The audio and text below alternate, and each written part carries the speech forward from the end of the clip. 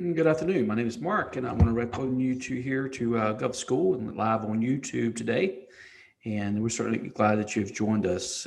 What we're going to do today in Gov School, our schedule, of course, is always online, is talk to you briefly about federal government RFPs, and um, and we're going to focus in on SAM.gov. This is, of course, SAM has been around for a long time and different versions, but the System for Award Management governs how we do business with the federal government. And they've recently released a number of changes to their websites. And so I thought we'd just spend a little bit of time walking through some of those changes and how you can use them to help your company win a little bit more business. I also encourage you to join us on Thursday for our Bidweek series where we have a little fun and we poke around at all the third-party services that are there and how that fragmentation creates problems for public companies doing business with public agencies, and kind of show you how to get around some of those and how to avoid them. And then other courses will be added throughout the week, so always check our schedule. But today, what I want to do is spend about 15 minutes talking to you about SAM.gov. And if you always point your browser to the System for Award Management, SAM.gov, and more recently called beta.sam, as it was in beta version, and then previously called, it was mainly FBO, the FBO.gov, Federal Business Opportunities website. And then it's also pulled in together some other websites, including the FPDS website, CFDA.gov, Disaster Response Registry, the SAM registration system itself, and then federal hierarchy listings, as well as Department of Labor determinations. And so when you come to the system, you may have come to it before. I think if we typed in fbo.gov, there in the URL bar, it always will come to you and remind you that they've made these changes.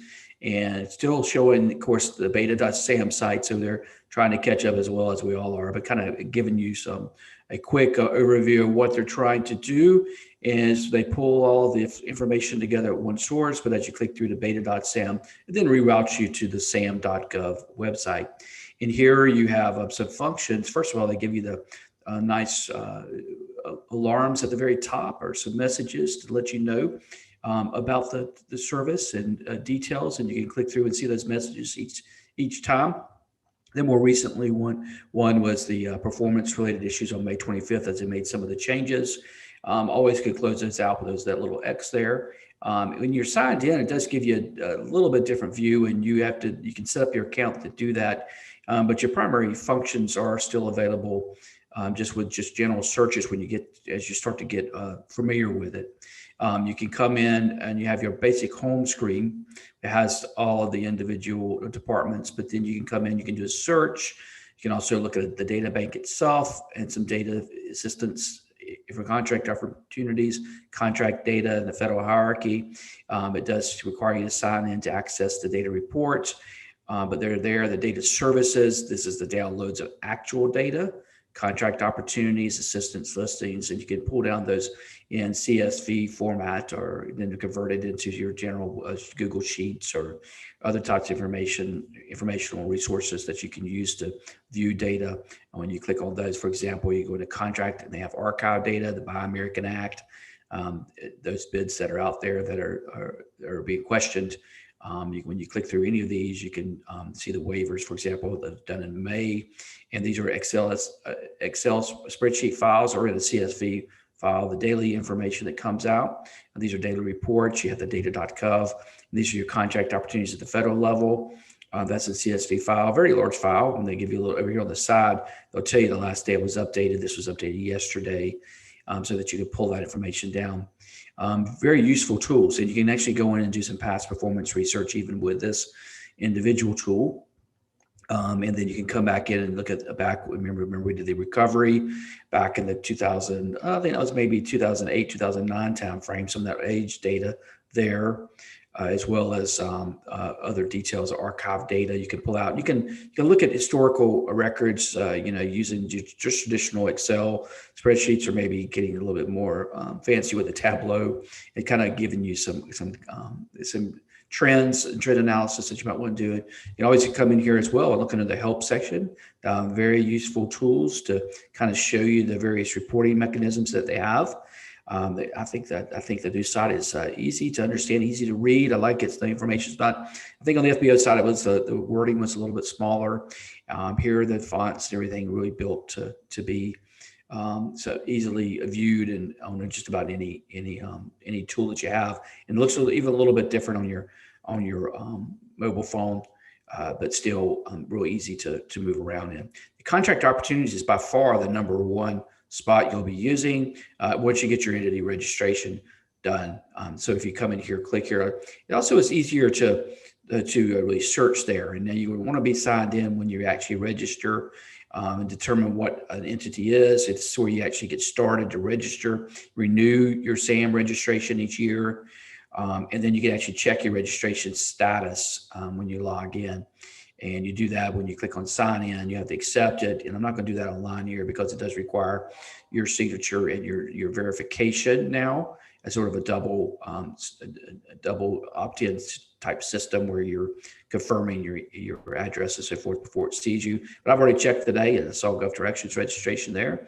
You might want to log in yourself. If you're not familiar with the login process, then you can sign in to get started, or you can register your agency here under Get Started with Registration. It'll show you how to go in and actually register your entity or your agency and in your government. I mean, excuse me, in your company, so that it'll allow you to pull your own personal information up. So it's more personalized at this point. In addition, you can go in and you can do your contract opportunity search, which is another one, very quick, simple, easy to use keyword. This is where kind of sometimes we'll lose you. I mean, you want to come in and do something like a personnel study, and you then click search and more traditional quick view type searches, but you can come in and do exact searches and adding words and or to do that to give you more precise. But once you add one word, it stays there. And so I might want to add a second word to that, and it'll add to it. And so it starts, as you do that, it starts going within those keywords to give you a better view. You know, then it pulls up into one of the problems is, in any kind of large database, you get a lot of results. Even if it's a personnel study, I get some 11,000 results. It's a little bit too much information for me. So we do want to go in there and then potentially even isolate a little bit more, go in a particular department. Let's just say the conference of courts, nothing there. I might have to drop back out and then go into some other agencies. If I'm doing personnel, maybe I want to look at commerce department. Here we go. And so I'm going to get to 204 results, get a little bit better. I may want to go in to do more, something more recently, something to do in the next month. And then so I'm getting very, very, starting getting to the point where I can actually see information that I might want to respond to and go into published date, maybe the last week, getting even more precise if there's an updated date, or I might also want to go in there and just do the award type. Notice type. So I want to look for potentially source of salt or even pre-solicitation. No matches there for source of salt. I may want to go in and look at pre-solicitation, get early lead time there, or even just a combined synopsis solicitation. If it's at the same time, there's one for HVAC maintenance. So I went through all of that to look for a personnel study and got to an HVAC. So it's not necessarily exactly what I want. One reason why you also want to go in and look at potentially your NAICS code as a search method, or in our product code to help you out a little bit. And if you're not familiar with those, you can pull some of those up, or it'll actually will allow you to come in there and do a search, or commodity code search. So it will get a little bit more precise pull. At this point, I'm actually starting to weed out too many. I'm not getting enough potential responses for me to respond to. So you can go through these individual polls, and you can see, how it can create a situation where you're not learning about everything, and you're learning about what, you're starting to get to a point where you're actually not going to be something I can respond to. So one reason why GovDirections actually steps in and helps you, and we actually take some of this same filters that you're using, and we place our filter system on top of it. And then it allows you to see those in your daily matches at GovDirections based on your individual profile for us. The individual RFPs themselves, the details, easy to use format. using more, more graphics and so forth for the actual department. So you call attention to a little bit more branding associated with it. We give you some also on the side here, step through process where you're doing general information, classification, description, attachment links, contact information. And then the history is always helpful. This lets me know how things are ordered and how the information is flowing out to me, giving me that point of contact, the contact information, all the document attachments, almost always in PDF now. Thank goodness for PDF. And going through, and you can see in the details, those opportunities right there for you, ready for you to respond, getting that offer in by that particular due date. And so it's, I think Sam's doing a good job these days, and the federal government is pulled together. It's taken a little bit of time. As you know, you can, once you do your registration, you should actually set up some search agents in here as well, and you can store those and alert you. But, I always like to call attention to the fact that it's just the federal government, and the fragmentation exists still. And one of the problems with the system is you potentially could miss something without an additional layer like GovDirections and going through there and helping you out. And we don't want you to miss one that's perfect opportunity for you. I like this useful tool. They're using more videos to help you. You can come online here and you can watch this video to get started at SAM. It takes you about, I think it's about a 6 or 7 minute video in order to determine whether or not you need a user account and how to go about registering your entity. All of these are available for you. And there's some more as you step through the system into the various areas. For example, in the contract data, you'll see these smaller sections, easy to read, understand, see what the reports are, what the data actually means. A researcher like me, I've been using these tools for some 30 years now, in a variety of different levels, always back to going into the congressional record and reading information that's been printed and published. I can still remember going into microfiche to pull data. So it means a lot to me, but sometimes it can overwhelm you if you're not really so familiar with that.